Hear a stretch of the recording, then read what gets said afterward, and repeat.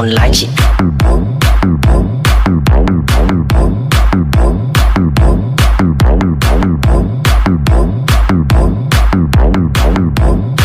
Vừa mới gặp lần đầu tiên em đã muốn lái.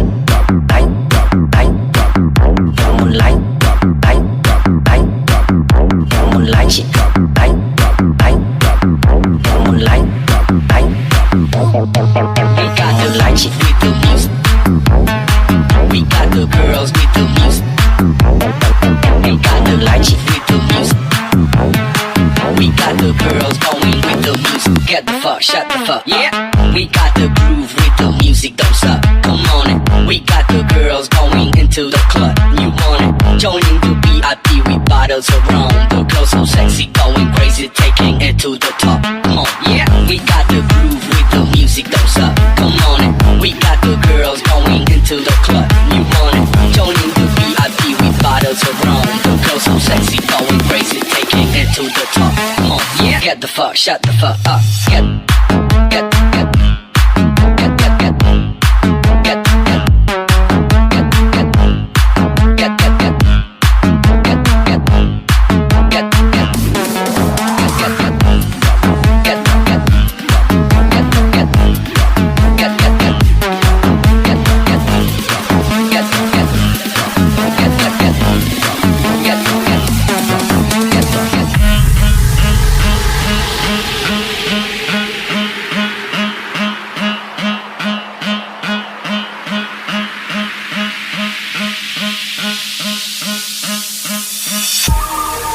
Em muốn lái chị.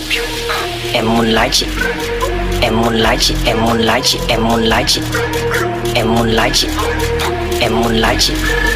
Em muốn lái chị. Em muốn lái máy bay. Em muốn lái chị. Em muốn lái chị. Em muốn lái chị. Em muốn lái chị. Em muốn lái chị. Em muốn lái chị. Em muốn lái chị. Em muốn lái chị. Em muốn lái máy bay bà già. Vừa mới gặp lần đầu tiên em đã muốn lái chị. Fucking care chỉ bao nhiêu tuổi em vẫn muốn lái chị. Vẫn cô đơn một mình em sẽ lái chị. Đừng có ngại gì, đến đây để em lái chị. 23 giờ, đêm nay còn dài. Hít thêm vài ba like, rồi cùng nhau bay sang bên Dubai. Hôn lên sau tai, mình mê từ sau vai. Một em và mi cong, thêm camera chắc chắn là mê dài.